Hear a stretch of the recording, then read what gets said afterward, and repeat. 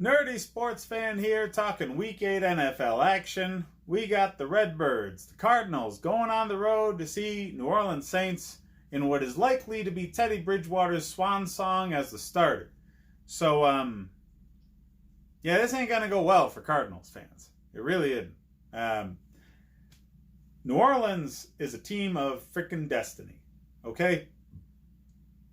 That roster, that coaching staff is so damn good that they went undefeated during the time that their Hall of Fame quarterback was injured. Let that sink in. Any other team in the league loses their Hall of Fame quarterback. You think they can do this with the roster they have? Do you think the Packers can do this with no Aaron Rodgers? Do you think the Patriots can do this with no Tom Brady? No.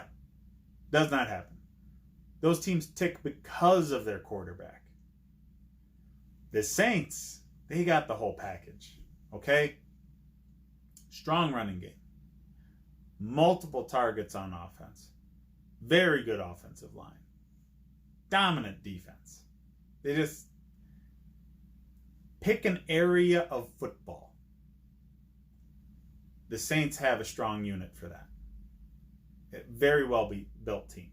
The GM deserves a raise. I don't care how much money he's making, because he stacked that team exactly how you're supposed to.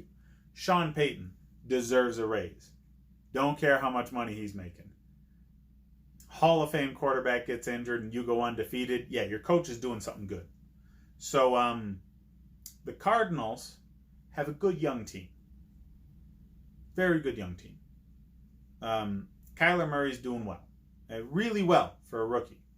And David Johnson Jr. has got new life in this offense. I have a lot of good things to say about what the Cardinals have done this year. They have zero chance against the Saints. Zero. Teddy Bridgewater is the best backup quarterback the league has. In fact, he's better than half the starters, Kyler Murray included. Teddy Bridgewater will be a starter in this league. For his sake, I hope he makes the wise decision in figuring out how long Drew Brees expects to play. And if he is playing less than, say, 3 years, if he thinks he only has 1 or 2 more seasons left in him, Bridgewater should stay with the Saints and become their quarterback of the future. Because he's still young, and he's proving right now that he can lead this team to the promised land. So, for his sake, I hope he makes that kind of decision. Career-minded for winning, not for getting paid right now. Because there's plenty of people that have gotten paid in this league that nobody gives a damn about. Brock Osweiler comes to mind. Guy made $40 million. Just retired. Yeah. He's a chump. Made $40 million. So, Bridgewater will get paid eventually. It's bound to happen. He's very good. I hope he gets paid later rather than sooner, so he can secure a legacy and not just be a chump that got paid. So, in this game, do not start a Cardinal. Not a one. Not one. Kyler Murray, bench. Fitzgerald, bench.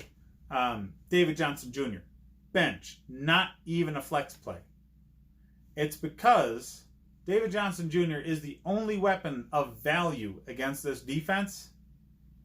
And this defense is perfectly suited to shut him the hell out. He's not going to do anything against this defense.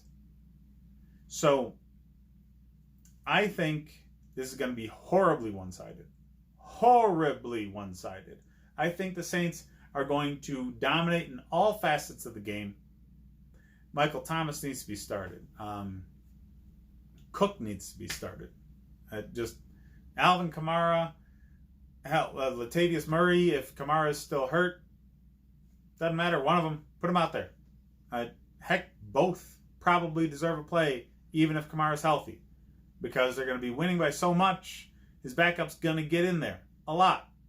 So, yeah, Bridgewater needs to be started this week by somebody because between injuries and bye weeks, there's not enough quarterbacks out there to keep that man on the bench. So if you have a quarterback that's better than Bridgewater to start this week, and there are a few, use him as trade bait to somebody who doesn't have a quarterback that can do a damn thing this week. Okay? Trade him to somebody who's desperate this week and needs a win. Use him as a chip to get a better player in a position to strengthen your team for the long run. I suggest looking at schedules to see who these players are going against in the last 3 weeks of the season, because this is the kind of trade you make for playoff time, not for right now. As far as the line goes, 10.5-point favorites the Saints are. I don't think that's enough. I think they're going to toss a 50 burger up on freaking Cardinals. I really do. So I've got the Saints by probably 21 points. And I think that's conservative. So take that for what you will. Hit up the rest of the videos I've got to get more fantasy football advice. And check out the Nerdy Sports Fan Weekly for coverage of more recent NFL news.